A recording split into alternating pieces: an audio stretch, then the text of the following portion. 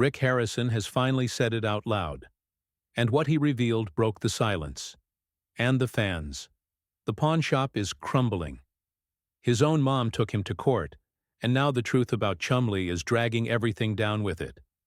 What started as a show about old coins is now a headline about arrests, lies, and a business falling apart fast. Let's reveal it, because what the police found behind Chumley's door will leave you speechless. The collapse no one saw coming didn't happen. Overnight, Chumley's fall was a slow wreck. First, it was a fight in the street. Some guy bleeding, Chumley running. Then cops showed up. Years later, they knocked on his door, and what they found inside? Not great stuff. He shouldn't have had things no one wants to be caught with. And the weapons, 12 of them. 8 with no paperwork. That's not just a bad day. That's something you can't explain away with a goofy smile. But the worst part wasn't the raid. Rick tried to keep it quiet. He kept the cameras rolling, made jokes, kept the focus on rusty coins and old swords. But the storm kept building. Viewers started asking questions. Why isn't Chumley around? What happened to the funny guy with the bad haircut? People said, I don't see Chumley doing that. I think that might be somebody out trying. Then the court papers showed up and everything spilled. At the same time, Rick's own world was crumbling. His mother took him to court, not just a fight over dinner, a full-on legal battle. She said he tricked her, stole her share of the business, claimed he made her sign things while she was still recovering from a coma. That's not a little problem. That's a giant mess. The pawn shop wasn't making the money it used to. Tourists stopped coming. The world changed. The pandemic hit, and the shop, once pulling in more than $1 million each year, was now barely making a dent. Rick was juggling lawsuits, lost cash, and a show that felt more fake every episode. The show was never the same after the old man passed.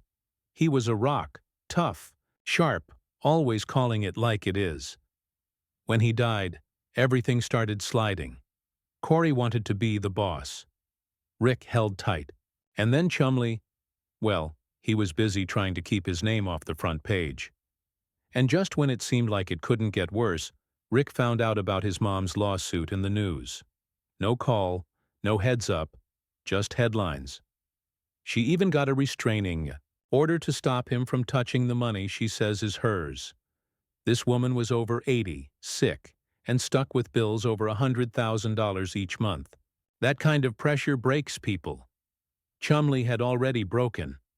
The deal he cut in court was supposed to keep him out of jail, but now new things are coming to light. Was this graded at one time? No, I've never had it graded. You mind if I pull this out of the plastic? Bigger things. And Rick? He just confirmed it. The life sentence. No dancing around it. No soft words. Rick wasn't the only one crashing. Corey had his own mess. From prime time to police reports, Corey had his own train wreck. That guy made headlines for tossing bar stools and peeing in public. Got kicked out of a bar after days of drinking. Then wrecked a rented motorhome. Didn't pay for the damage. The man who owned it said it looked like a tornado hit it. $130,000 in damage. 10 bookings canceled. Filed a police report. Another mess. Even the experts they brought on the show started falling apart. One got caught hitting his girlfriend outside a restaurant. Another messed up a signature so bad it became a joke. Then one faked sports stuff, got caught, and took the whole show down a notch. The show, once fun and real, now felt like a circus. Viewers noticed items were picked out ahead of time. Prices looked staged, the laughs forced, the drama too clean. Even Rick didn't seem into it anymore. He was buying property, looking for exits. Pawn Plaza, his big idea, was supposed to bring crowds. It flopped, shops closed. Food was too pricey. The whole thing looked like an empty promise. Fans stopped, caring. Then Olivia Black got fired for pictures from her past. Fans were mad, hypocrisy all over the place. Reality shows feed on drama, But when it came to standing by their people, they vanished. One man even said a stolen coin collection got sold to the shop. And when he found out, the coins were already melted down. Gone. He said the store should have known. They said they didn't. Either way, it was just another ugly headline. The whole thing feels like a long fall off a tall ladder. From treasure hunters to courtroom regulars. What used to be a fun show about weird stuff and old history became a never-ending disaster. Real.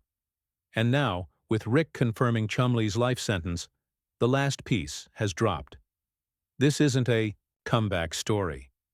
It's the kind of thing people whisper about years later saying, "Remember that guy from the pawn show?" Meanwhile, the numbers started crashing. Viewers tuned out. Ratings fell. Social media dragged them. Fans asked, was it all fake? Set-up scripts? Fake fines? Cast members pretending? Jokes that didn't land? Deals that looked too clean? One episode showed a man bringing a rare guitar, but fans spotted the same guitar on a collector's website months before. Comments blew up. Another time, a seller brought a sword from a war nobody could place. The expert said it was real. A day later, a historian called it a fake. Then came the other experts. Johnny with the toy knowledge, caught in a street brawl. John with the pen skills, mislabeling famous names.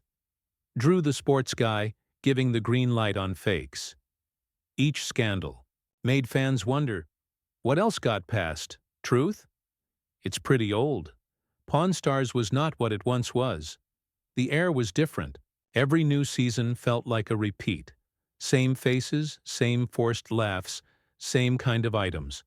Only now they came with legal baggage. Rick kept pushing forward, but not in the shop. He had other plans. Real estate, side hustles, anything but coins, and comics. Inside the store, workers said business had changed. Less walk-ins, more staged scenes. Rare items magically showing up on camera days after filming stopped. One former staff member said everything was listed before the deal even aired, and all this while Chumley waited on his final fate. The streets he once joked about, the friends he partied with, now gone. No fanfare, no special goodbye. Just a line in court and a nod from Rick. Long before the cameras, this family took some hard hits. The true cost of a family business. Back in the late 1960s, the Harrisons were hit hard. Little Sherry had a medical condition. She was born with it. It wasn't something they could fix, and it sure wasn't something insurance was ready to handle. Her parents were crushed. Her dad, the one they called the old man on the show, did something big just to try and keep up with the medical bills. He signed back up for the military. Not because he wanted to wear the uniform again, but because that uniform came with a paycheck and some health coverage. He had already done time in the service, but this was different. This was survival. And even with that, she still passed.